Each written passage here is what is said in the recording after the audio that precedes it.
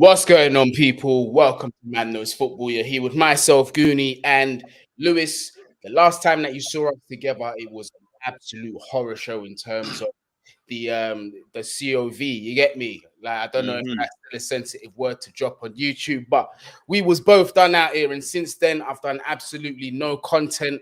But you know what? Although I've been just bedridden and all that, we have been sport with football though. I'm not gonna lie to you.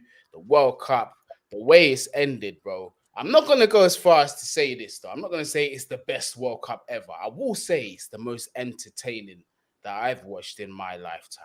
I 100% say that. In terms of the best ever, in terms of quality wise, I think I've seen two others that definitely top it quality wise, but in terms of excitement, nothing like it. That final, Lewis, man, yesterday was just incredible. Certainly the right place to start. Certainly the right place to start, man. But how did you feel about the final yesterday? That might have been the best final I've ever seen. I echo the same thing that you said. I'm not too sure whether it's the best World Cup I've ever seen. It's up there. I think it's that or 2014, one or the other. I ain't too sure. But in terms of final, yeah, that's the best final I've ever seen. In terms of big moments, in terms of twists and turns, it looked like Argentina were just going to dead the game out after 20, 30 minutes. And then Mbappe just turns it around on his head single-handedly. And even, like, we're probably going to talk about Mbappe in itself, but we always run this saying that history doesn't favor the losers or anything like that. This time it does. This time it does. And I think it does more for Mbappe's legacy that he lost as opposed to if he won. Because the guy's lost and the final is still about him. Messi's finally reached the pinnacle of world football, of the biggest moment of his massive career, the biggest career in football. And it's still about Mbappe because the guy just pulled a hat-trick out of nowhere.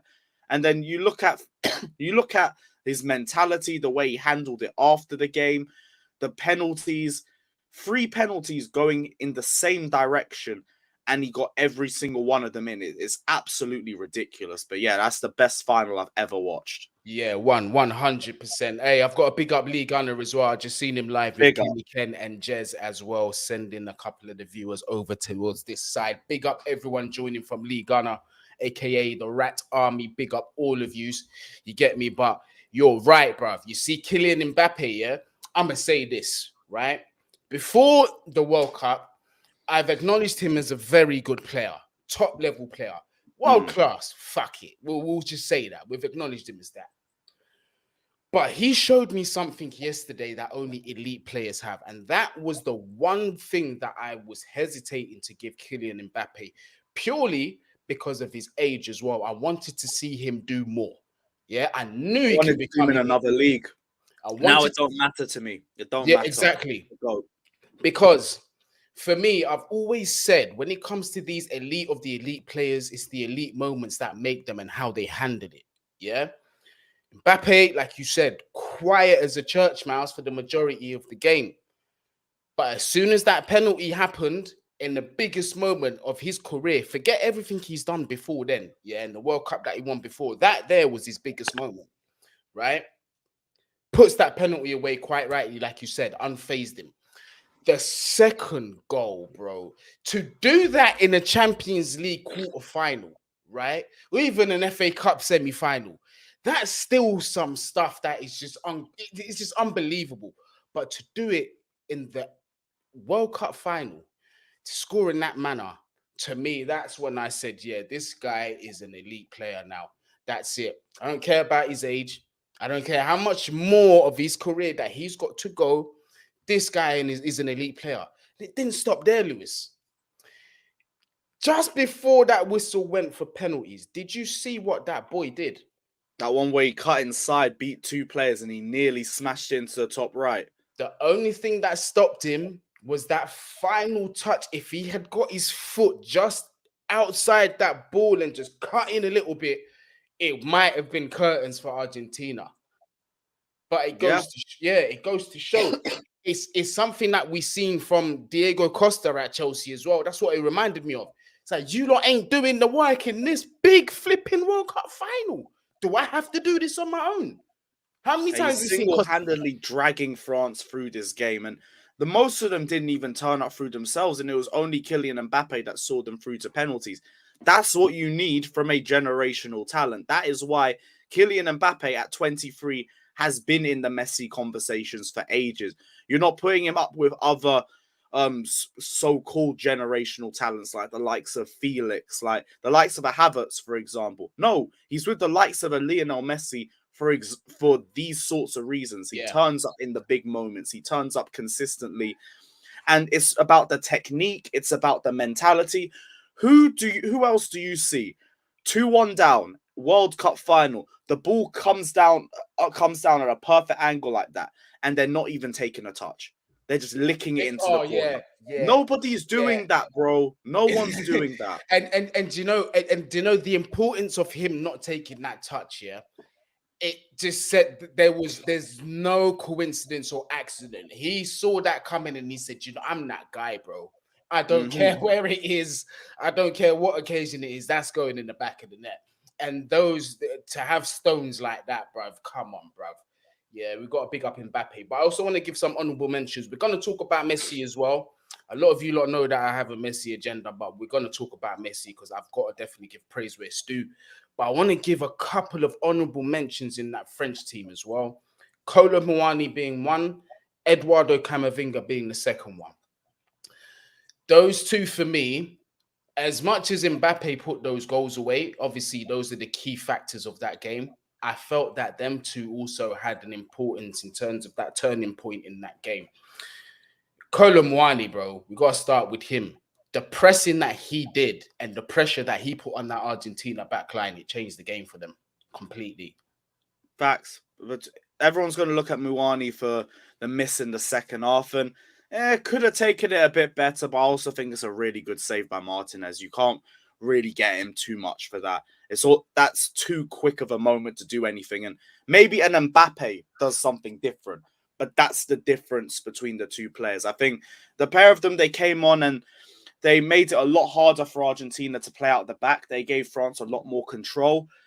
It came down to just individual moments that let them down, but overall, it's a very, very good performance from the pair of them. And I know of Muani, it's only going to be about the penalty and the miss from him, and it is going to be a shame because that might be the one thing that defines him for the rest of his career. Yeah, it's a big, but it was good for him coming off the bench. We have to give him credit where it's due for that too. 100%. And Camavinga, when you seen him come on the touchline, I instantly had flashbacks to the Champions League at Chelsea, and I thought, this guy, if there's anyone that has been in the pits, yeah, when it's looking like white flag has been raised, it's this guy, and he's brought back the team from the dead, and the way this, my goodness, Camavinga, yeah. The fact that he got as little minutes as he did in this competition to me is absolutely astounding. But before we get on to Messi, because I'm going to ask you about Lionel Messi, I'm going to read out a couple of super chats. Thank you very much, PB Talks. As you can hear, chest ain't fully clear, but thank you very much. When we praise one of the best World Cups, but realize we are going to see 25,436,879 passes without a goal in 8 days. 8 more days left, bro.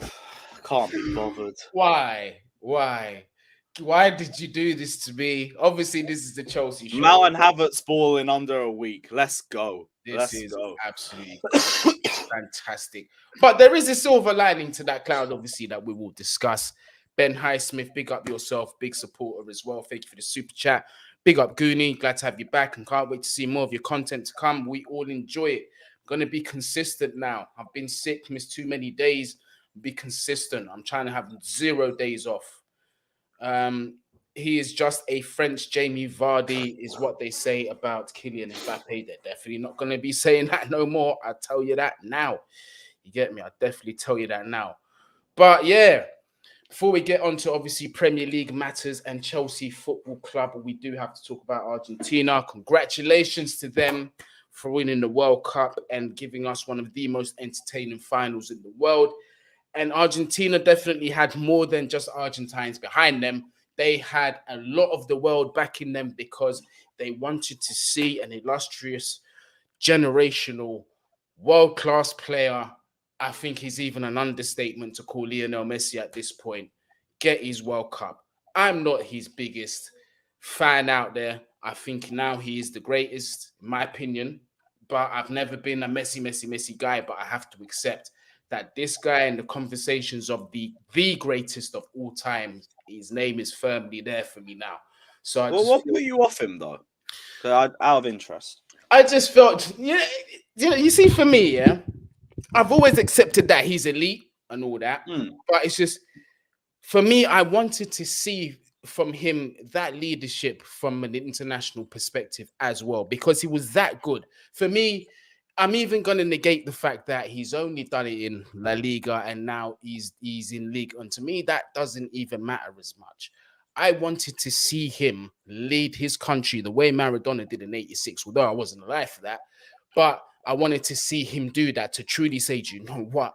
It's undisputable for me. Absolutely undisputable. And fair play to him. He's gone and done So it. you just wanted him to get rid of that only black mark. I hear you. I hear Yeah, you. and you know, I will also say this. Yeah, even if he didn't win that World Cup, he still would have been there for me. He still Yeah. definitely would have been there for me. Yeah, 100%. no, I understand. I think when you're looking at the greatest of all time, like we even say this when we're talking about managers and we want to talk about the best and what separates them. It's the small, minute details. And that's basically it. That was the only thing that was holding Messi back. Brilliant tournament from him. I think he's the first player in history to score in every single round up until the final and including the final as well. I feel like the whole world was pushing Argentina towards it at a certain point. And even though the final was going to be all about Kylian Mbappe and his individual performance, we're not going to ignore the 2 goals and the assist Yeah. from Lionel Messi as well. Both of them stood out and both of them made the final about themselves. And to Lionel Messi, it's the pinnacle of an unbelievable career. Don't really know where he goes from now, but there's nowhere else for him to go. It's just continue to build on it. But it's an unbelievable tournament. He's done it now. Even like the small things. You see the way he ripped Vardiol apart in the semis. Yeah, tore him apart. Best defender in the tournament, and he took the piss out of him. But then you're talking about now the greatest player in history to play football. You got to look at it that way, because I've seen him skin. No disrespect to Vardio, because he's got a long career left to come, and he is very talented. I've seen Messi skin better players, better defenders. I've seen them with the highest of the highest reputation. So have you. So to be skinned by Lionel Messi is not really saying much, in my opinion. Another honourable mention, we have to give it to Angel Di Maria as well. We have to. Yeah. Definitely deserved the World Cup performance in the first half, Lewis. Him in transition, unbelievable, because France were getting caught out a good couple of times. Good finish as well for his goal too. Did he get an assist in the game? I don't really recall. I can't remember. I know McAllister did. I don't think he did, you know. Yeah, it is what it is then in general. But he was one of the standout performances for them too. Another one that stood out for me, the goalkeeper, Emi Martinez. Unbelievable. Like we spoke about the Muani save from earlier. Yeah, you could say Moani scored his one. It was Chouameni that he went wide. Oh no, I mean the extra time save. Yeah. Oh, yeah. Oh, the 1-on-1. Yeah. The way he spread himself that quickly was unbelievable, bruv.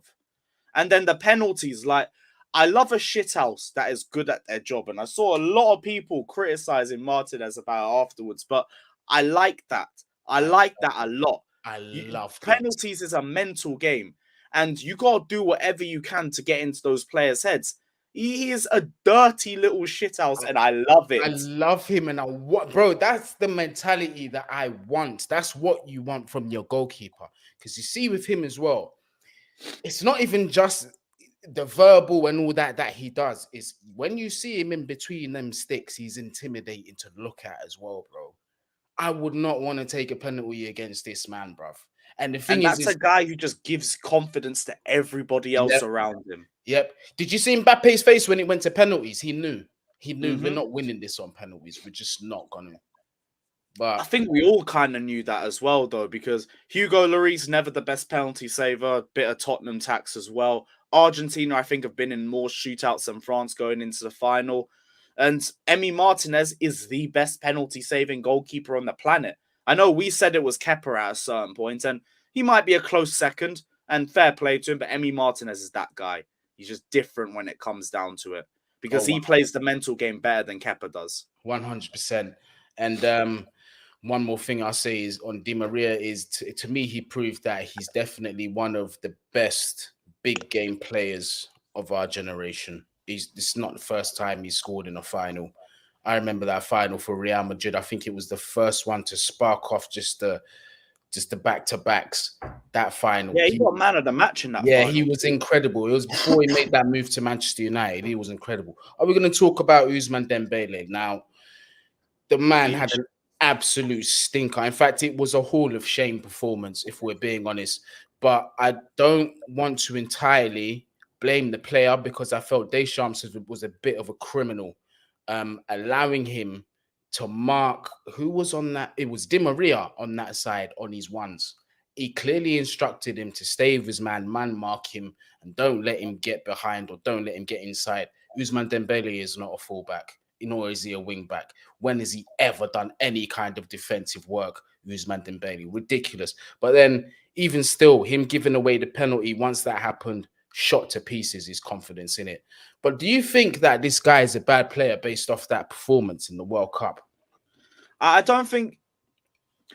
I don't know because it can be hard to judge someone based off one performance, but he's not set the world alight for a while now. It's been very inconsistent from him. And for a player, it's again the price tag comes into it. The hype around the player when he moved to the club as well, and the output, it's just not there. And that's where the problem is with Dembele. As a player, he's decent. If he was a 40 million signing or something, I don't think people would slander him nearly as much, but he's not at that. I think he got transferred for around 130 mil or something like that. 40 million euros. That's exactly. And for a player of that price tag, you're nowhere near that. And that's why he's getting criticized. As a player, not that he's not as bad as people make him out to be, but he needs to do a lot more. He needs a lot more moments. He needs a lot more big game performances in him because he just hasn't shown up at that level consistently. 100%. Now, people, as the title of the video is back to Chels, back to reality, we are going to be going back to the Premier League, to the mighty Chels. Obviously, we are going to be facing Bournemouth Boxing Day, or the day after Boxing, or the 27th. One of those 2 days, but Bournemouth will be our next fixture. However, Lewis, we've come back into the Premier League, right? A little bit lucky. Let's have it right. Yeah, if we look at the silver linings in this cloud that I was talking about, right?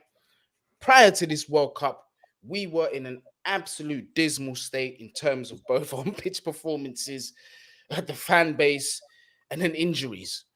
Now, we've come back into the rhythm of things. Granted, we've got one or two players that have played in this tournament. Kovacic going very deep into this competition. One or two others have been playing. But we do have returns. One of them being Reece James. Another one being Fofana. I'm hearing Chilwell is back in training. How does that make you feel? Does that obviously, well, I don't need to ask about Reece James, but you know, your Fofana coming back and one or two others, does that slightly change your expectation going into January as well? Not really. Not really. I think Fofana's nice to come back, but him going and Chalobah coming in didn't make any difference to me. If anything, Chalobah's been better since he came in. So that's not really changed nothing. Reece James coming back, that will improve us on the right-hand side, but I don't think Reece James completely clears up all of our problems either. So I'm slightly more optimistic. But it still doesn't change too much for me. I still have no faith in this team. I still need to see a lot more from this team and a lot more from a lot of players. Yeah, like, it's just, I'm kind of looking forward to Chelsea being back, but there's no reason behind it. And I know within 10, 15 minutes, I'm just going to be wishing the World Cup was back again, with or without Reece James. Again, we need additions before I start getting gassed, and we need a lot of them first. No, 100%. And obviously, considering that we're just coming back from international football, to really give any kind of preview and prediction or any, who's going to start where, and it's way too early for all of that. There's so many unforeseen factors that need to be revealed from Chelsea between now and Bournemouth. So I just thought that we'll just move swiftly on to the transfer, since January is something that we have had, you know, we've got a lot more news on January, certain players that could be coming in during that window. We have got business done early. We are talking to players early. Obviously, the high profile one recently, Christopher Nkunku, got that deal over the line. I'm also hearing something quite interesting, that it might be pushed forward or back. I can't remember. I always get mixed up with that. So we might actually get him in January rather than the summer if Leipzig get a forward target in during January. Obviously, a very small if, but if that happens, decent player to add. But remember, he's coming back from injury as well. But from this competition, we've been linked with Emi Martinez, the goalkeeper. Obviously, fantastic competition that he's had. We need to address that situation. So yeah, let's start there. Let's start with the goalkeeper. So Emi Martinez, we've got Robert Sanchez, obviously Diogo Costa of Porto as well. But Emi Martinez, because I think we spoke about the other two before, didn't we? So let's just talk a little bit about Emi Martinez. Aston Villa believe in the summer he's going to have 1 year left on his contract. Would you consider him after what you've seen? 1 year. Now that makes things interesting. Yes, but you'd have to look at the price tag too, because his stocks are going to be at an all-time high now. So I don't know how easy it would be to get him away depending on what the price tag would be. But I also think Emi Martinez might look at that, look at everything that he's done and think this is the best chance I could get to get a big move. So there's a couple variables surrounding it, but I would go in for Emi Martinez if the option was there. Robert Sanchez is another one that I wouldn't be completely against, but I wouldn't really have the same energy as I would for a Martinez or for maybe a Diogo Costa as well. But even then, with Diogo Costa, again, the price tag's the biggest issue because he would be going for around 70 million. And everyone's got It's too a much lot of money. PTSD to even think about that. Yeah. Yeah, it's a lot And of even money. then, it's like Diogo Costa is the biggest young prospect, goalkeeping young prospect in world football right now. That is worth the price tag. Like, he hasn't had the best of World Cups, but he's had a brilliant season for Porto, a brilliant 2 seasons, and he dragged a shitty Porto defense to, I think, a domestic double or treble single-handedly. I think he won goalkeeper of the month 5 times on the bounce in the Yeah. Portuguese league. And we've spoken Yeah. about before, that's a good league to translate into the Premier League. Yeah. So I would be down for Diogo Costa, Emi Martinez, Robert Sanchez, not as much. Unai Simon, I've heard the name, but I didn't really get to see enough of him in the World Cup either, so I Same. can't say too much about him. But there's a couple options, and it's obvious that Chelsea are on the lookout for a goalkeeper, so we can feel optimistic that one will be coming in, because it's likely Mendy would be the one that's leaving. Yeah, Livakovic, I've just seen him in the comment section as well. Another brilliant option. And for 30 million, yeah, you know what? He might have to be the one we look at closer. Well, does it have to be just one goalkeeper though, Lewis? It might have to be. Because yeah, true. Because Kepa's situation, wages, no one wants him. We tried to put him up for 30 million in the summer, and nobody came in. So we're not going to get rid of him. Mendy will have to be the one that goes for us to bring a goalkeeper in. And I just think it's very unrealistic that Kepa leaves unless we just cancel his contract. And between the two, I think Graham Potter prefers Kepa.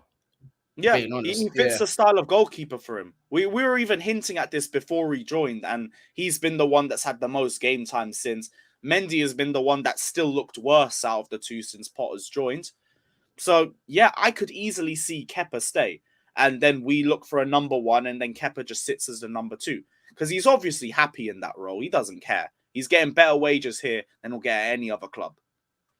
Slonina, you can't ask this guy to walk into a Premier League club and be ain't even seen Slonina, if we're being honest. You can't. Well, maybe you have because you live in the US, but we haven't. I've seen him for Chicago Fire. I've actually seen him live and living in the flesh. There's no doubt about this kid's talent, no doubt whatsoever. But we also have to remember that the goalkeeper position is one of the most mature positions on the pitch. And you tend to grow into that. So this thing about seeing 19, 20, 21-year-old goalkeepers, yeah, you might see them. But remember, that's a position that grows with years. He's got so much more time to come. We've spoken about Morocco. We definitely have. We've spoken about Morocco already. You know, If you want me to mention Morocco, I'd bring Amrabat in immediately. there you If that go. makes you feel better, my friend. There you go. Bono, the goalkeeper, could be another option for us. I don't know what club he plays for, though, so I didn't really bring him up. Other than that, like, no one really sticks out to me too much. And Nesri looks nice, but I can't really say too much about him as a striker option. I just really like his leap, but that's about it. Amrabat, though, that would be the one for me, because I think because he's at Fiorentina, and like respectfully, I think they're at a bit of a lower level, and I don't really know what they're doing too much in Serie A. I could see them sell him in January for maximum profit. So if we're looking for a DM, I think you'd be a good option for us. I very much think so as well. Sevilla, But thanks, guys. the reason why I don't even bring up Amrabat is because he's going Liverpool. He's gonna go Liverpool. You think? 1,000, yeah.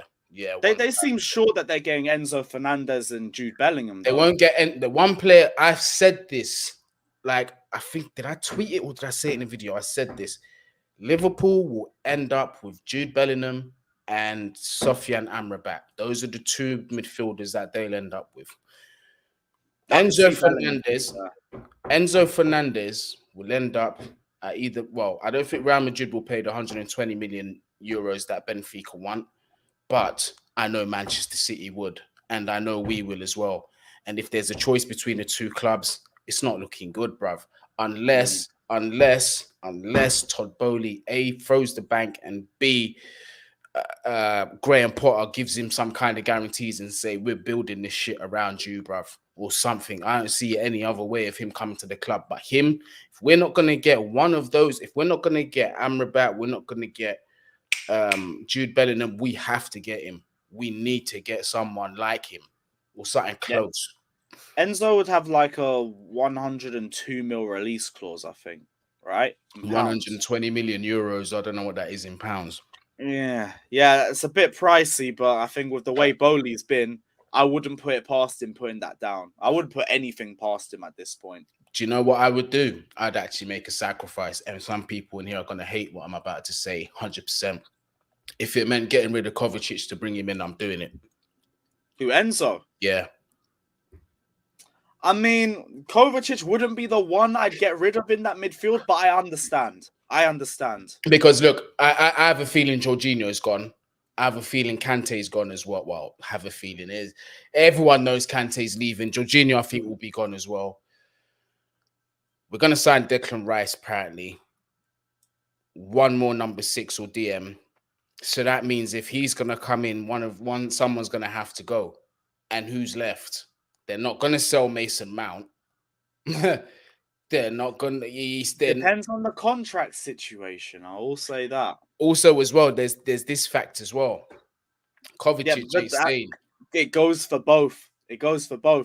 Because I did see Simon Phillips saying that Chelsea are going to look to get rid of anybody who's on close to expiring contracts if they don't look like they're renewing. Oh, so that applies to Kovacic, but that applies to Mount too.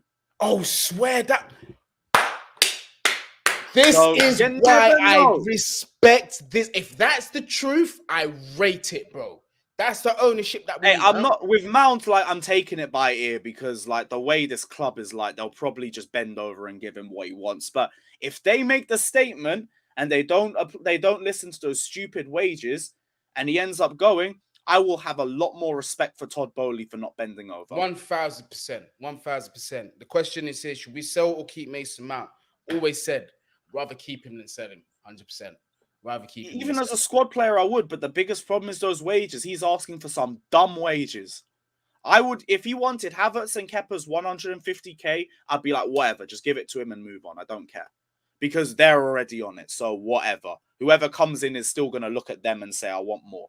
If you're offering him 200k or plus, that's stupidness. Because right now he's a squad player.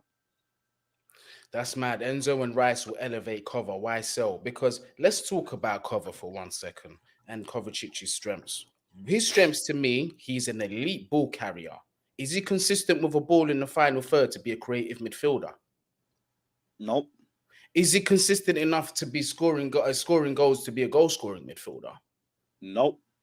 So when you've got Declan Rice and Enzo Fernandez, you still have and Kovacic, you still have several elements missing from that midfield. I You don't need think that creative outlet. And the fact that he is still one of our most is not a good thing, and it's more of a detriment to the not more of a detriment to the squad. It says more about the squad because he is not that creative. He is a better ball carrier. He's better at beating the press and moving the ball forward. I see what you're saying. Completely see what you're saying. so. We need more of a creative outlet there. So that's why it had to be like if Enzo comes in, he's got to go. I'm not going to have two of them in that same position because Kovacic is a quality player. Let's have it right. He is a quality player. Those things regardless. But we're working on a balance in this midfield. It's no use just signing the DM that we've been banging on about this whole time because there's still other factors that need to be involved. Now, granted, I'm still very much a believer of the squad as a whole is the creative factor rather than the individuals in the team.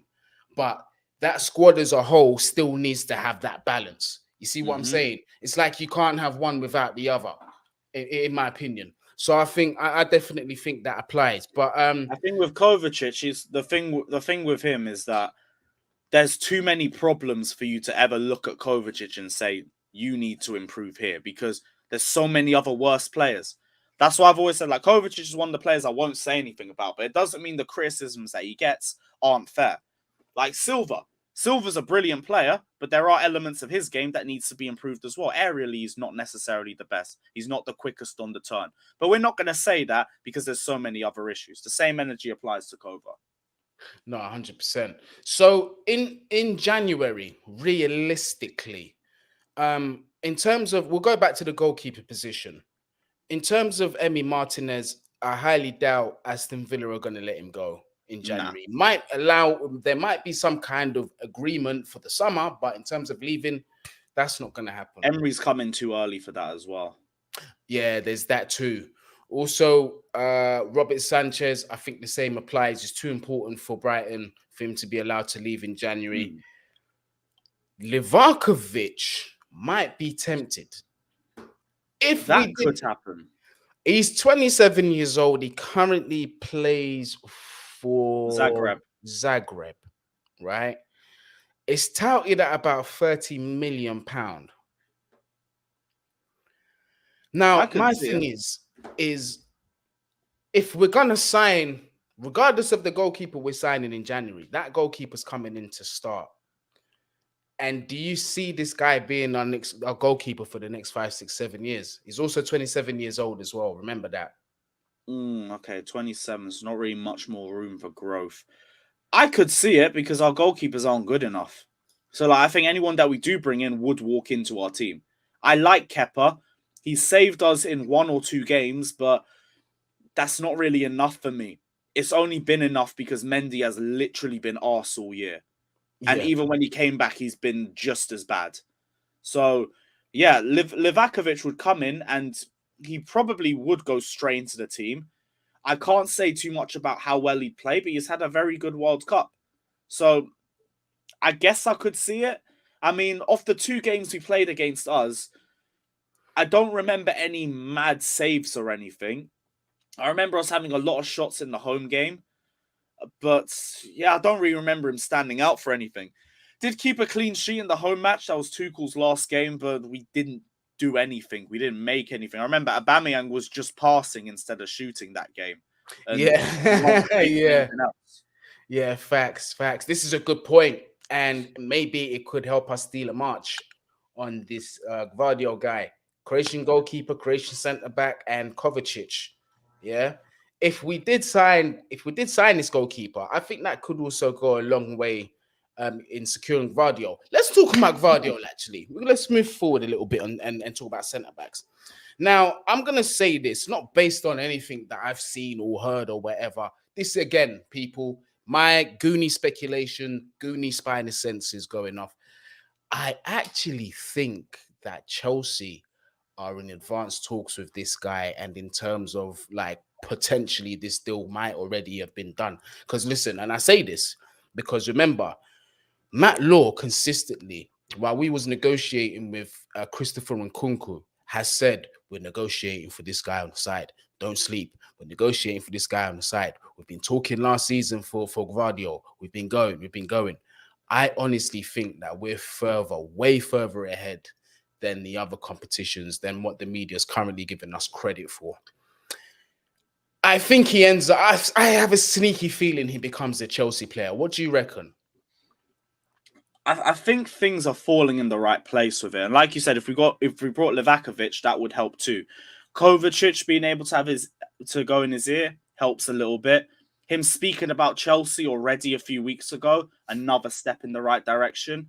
Our relationship with Leipzig, which has been really good over the last few years, another step in the right direction.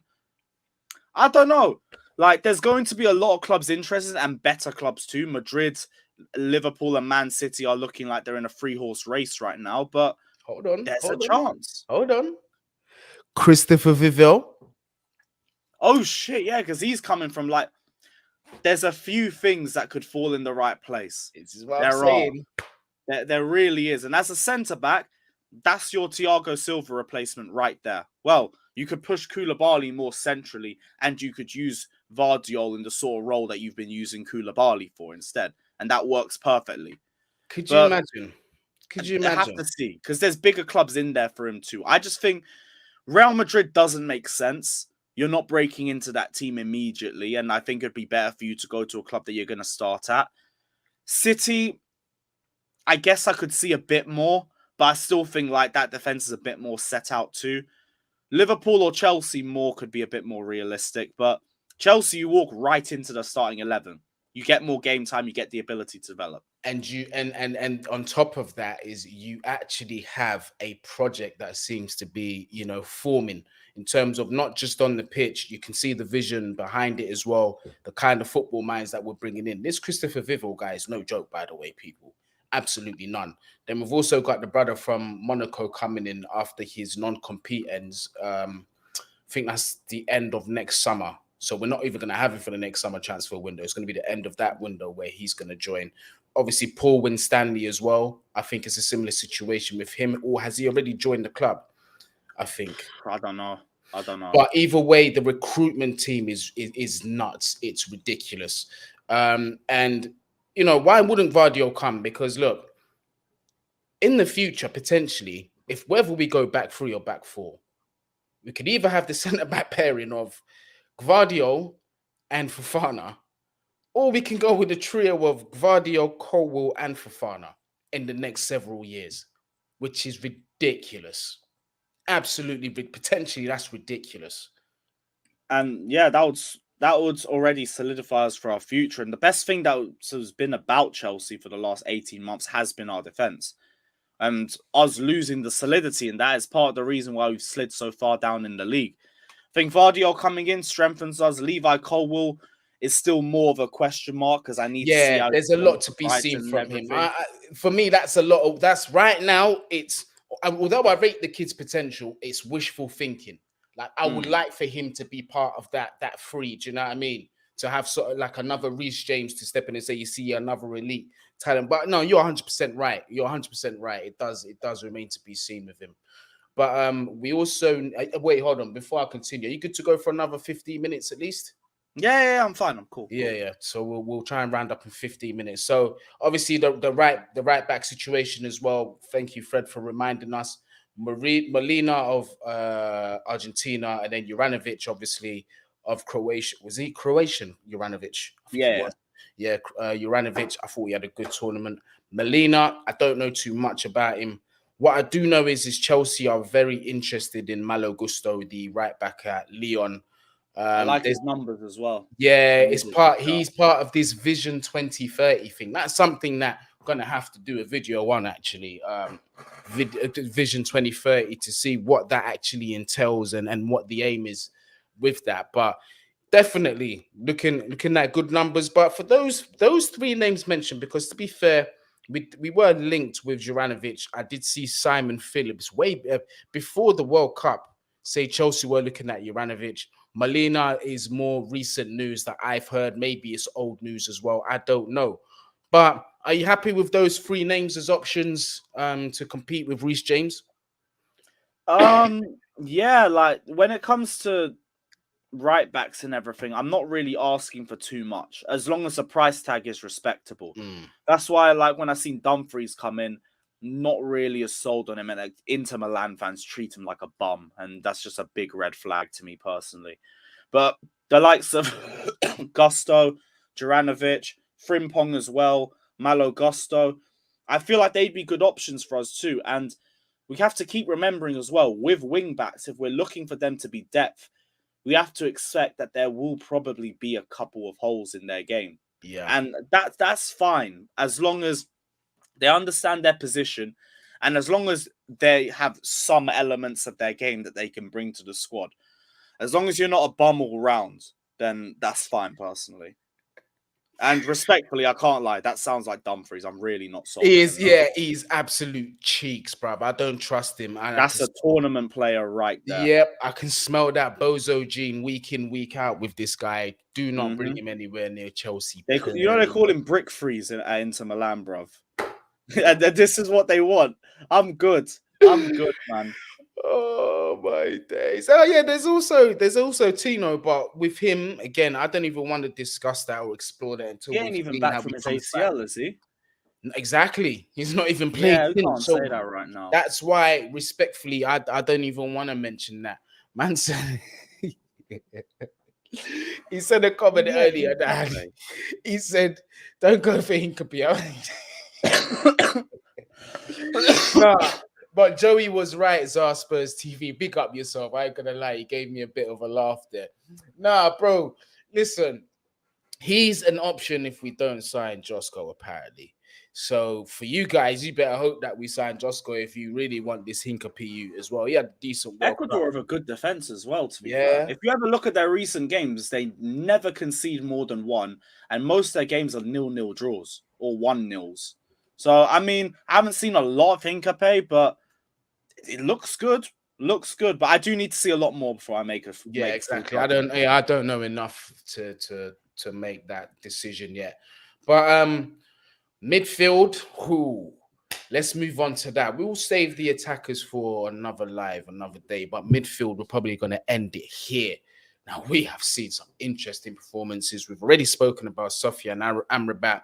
Going to skip past him. We already know he's a top quality DM that we could do with at Chelsea. We've already spoken about Declan Rice. We've already spoken about Romeo Lavia. Let's talk about some new names that have been coming up. One of them, a World Cup winner over at Brighton. Who said that signing players from Brighton is what teams from mid-tables do? We are not a mid-table team. We should be competing for titles. Well, my question is to you people, is a World Cup good enough for you? McAllister, let's talk about him. Obviously, he's not a DM. We saw that. We got more familiar with his game in this World Cup. What are your thoughts on him? Hard worker, has got a good pass in him, can beat a player. Depends on the price tag, really. It's the same thing with a lot of players. Like, I think he's built his stock up a lot more in this World Cup. And like, I agree with you as well. People need to stop being so uptight with mid-table players. Like, a lot of players wouldn't come in and improve us. And like, Brighton's scouting has not literally been better than ours over the last 5 years. McAllister would come in and he would improve this team. Would all just depend on how much Brighton are asking for him, because that's Brighton's first and only ever World Cup winner now. They will hold on to him for dear life. So I don't know. I think it'd be easier to get Caicedo from them personally. Yeah, this is. I think with the McAllister situation, it's going to be a Declan Rice situation over again, where they're just going to be like, nah, you came over here and you've decimated us, and now you want our World Cup winner? Nah. Nope.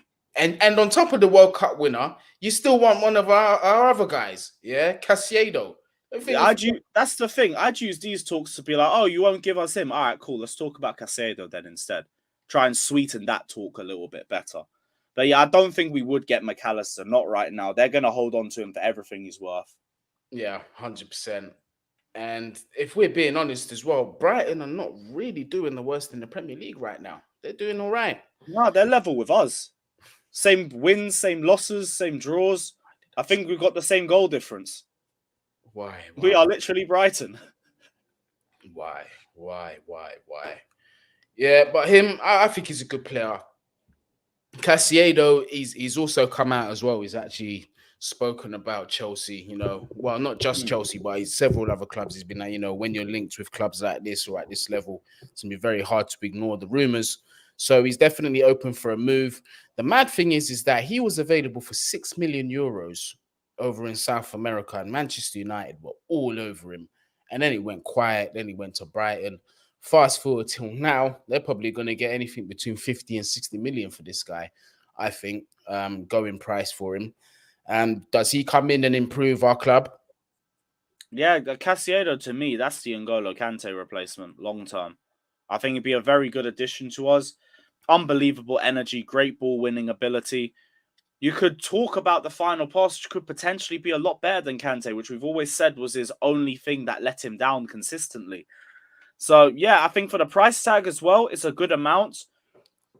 I don't know. Like, my only thing is always financial, because I'm thinking, how much money are you going to spend on the midfield specifically throughout the summer? You could spend a lot in there, or you could even be smarter and end up bringing in a lot of players for cheaper fees. But I think Casiedo, he would be a player that always already improves us. It just depends on the number. I think depending on how we behave with existing midfielders, we might have quite a lot of headroom to work with in terms of the midfield. Yeah, because Kante's wages are massive. 290. I don't know what Jorginho is on. There's still, obviously, we don't know what's going on there. I personally don't see Loftus-Cheek staying at Chelsea, whether it being sold permanently or a move on loan. So those are already three midfielders that are out the door. Declan Rice, we already know, to me smells like a dead cert. I think Ruben leaves on a free though, because he just wants to be at Chelsea. Yeah, he's always been like that. So I don't see them selling him because he just won't leave. Facts. Yeah. There's a lot of headroom. I think there's a lot of headroom. So we got to see what happens. But what I do know is that, like I said before, give me a DM, give me a number 6, give me a creator, and I'll be happy. And at this point, we can't just do with just one creator. Hopefully, we get a more established creator, and then we can see what Zachariah's about. Because from the clips I've seen of this guy, in terms of creativity and his passing range, this kid looks stupid with it, bro. Have you seen him? I've seen a couple clips of him, but that's about it. I do see the creative aspect in his game. I don't know how it will be like with him adapting to the Premier League, but I see the vision with him. Already. And if he could apply that into the Premier League, that is our creative link between the midfield and the attack right 100%. There. And we look a lot better 100%. As a result. Obviously, it's all YouTube work at the minute, bruv. I don't know nothing about the players, Zachariah, like that. But like it's like I say, even in YouTube, there's certain intangibles that, like, if I see it enough, then I know that's probably a trait in that player's game. And one thing that I've noticed heavily with Arsene Zachariah is not that he just makes the correct pass, it's the weight of it as well. Consistently, when he plays that pass, the player doesn't break their stride. And that's something that you love to see. The best players in the world have it. Fabregas could do it all day with his eyes closed. De Bruyne, you see him do it, and so on and so forth. So to have that... Why we criticize Mount so much? Because he ain't got that. That's what I'm saying. And he's got... This is the thing, it's like... Again, I don't want to be too overly critical of Mount, because he's still got a lot of time to develop. Players develop at different stages. He does miss the pass.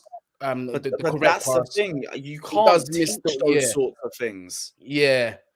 Some people just know how to weight a ball perfectly. Some people don't. And like Mount could improve in that, but I'm not seeing it. I'm seeing overhit passes everywhere. And that is literally why he gets so much criticism. Exactly. Because he's the link between the midfield and the attack, and he constantly breaks it up because he overweights everything. Exactly.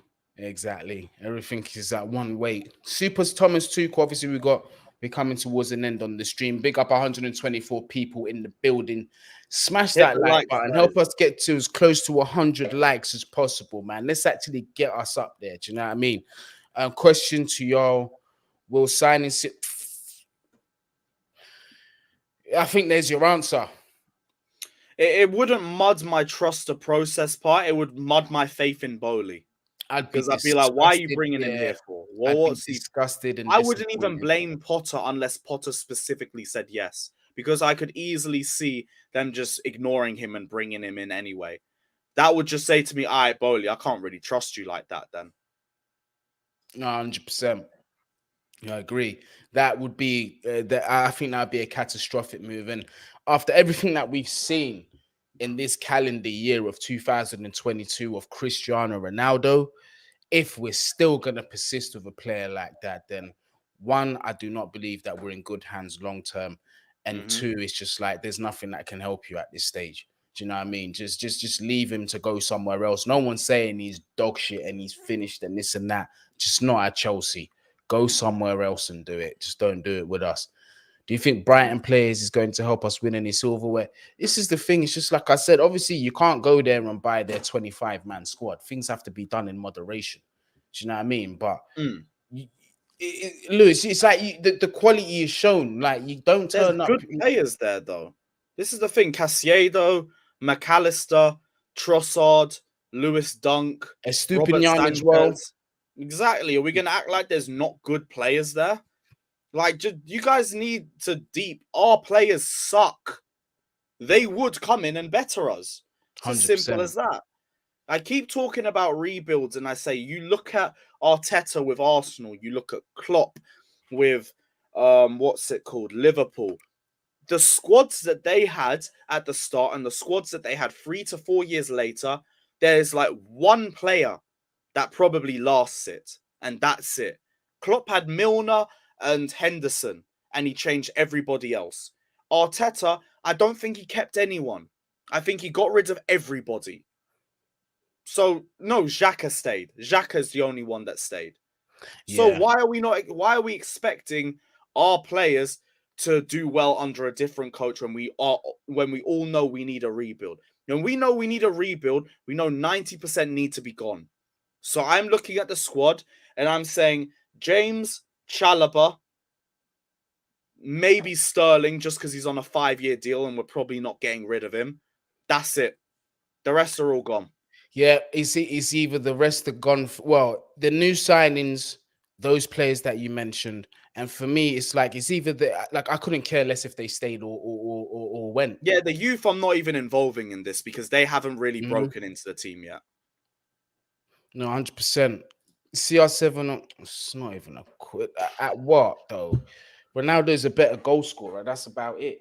Yeah, like it depends on what you're asking for. It really does. Yeah, but if you're talking all-round football player, it's not even a It's question. It's not a Ronaldinho, question. bro. Our standards are falling, man. We are looking at mid-table players. Trossard, you're talking for Trossard and them, man. Bro, you'll learn when. Bro, our club has fallen, and Mhm. we need a rebuild. But you're ignoring the fact that the players that we've just mentioned are better than the players that we've got. Lewis Exactly. Dunk is one of the best centre backs in the Premier League. He's just not spoken about because he's at Brighton. Trossard has been absolutely balling at Brighton for the last 18 months. Caicedo is wanted by most of the top 6, and the same thing applies to Trossard as well. Who else? McAllister's literally won a World Cup starting for Argentina, game in and game out. Why are we ignoring all of this just because they play for Brighton? So yeah, No reason. exactly. Exactly. And top players come from everywhere. Do you know what I mean? You can even find top gems in the championship. Look how much everyone's rating Ivan Tony. Where did he come from? Do you know what I mean? Like half of these players, Kola Mawani, He you was have to at start from Luton somewhere. Town, weren't he? Say that again. He was at Luton Town or something, wasn't This is he? what I'm Or trying to Ipswich? say. So, like, you get top quality players from everywhere. But people, man, I'm gonna bring the stream to an end. It's nice to jump back on live. My fever's already starting to kick back in, but I'm at the end of it, to tell you the truth. But it's starting to kick back in. I'm gonna have to come off the live and just chill out a little bit, people. But it's nice to be back. Obviously, January transfer window is around the corner. But before then, obviously, we've got Christmas in 6 days, people. So obviously, it's going to be a very festive and jolly time of the year, which means lots of drinking and celebration. And I would not like anything to happen to you during this time. It's time of family, joy, and happiness. So please, people, make sure you stay fit. And I'm going to go before I melt under these flashing lights. Peace out, people.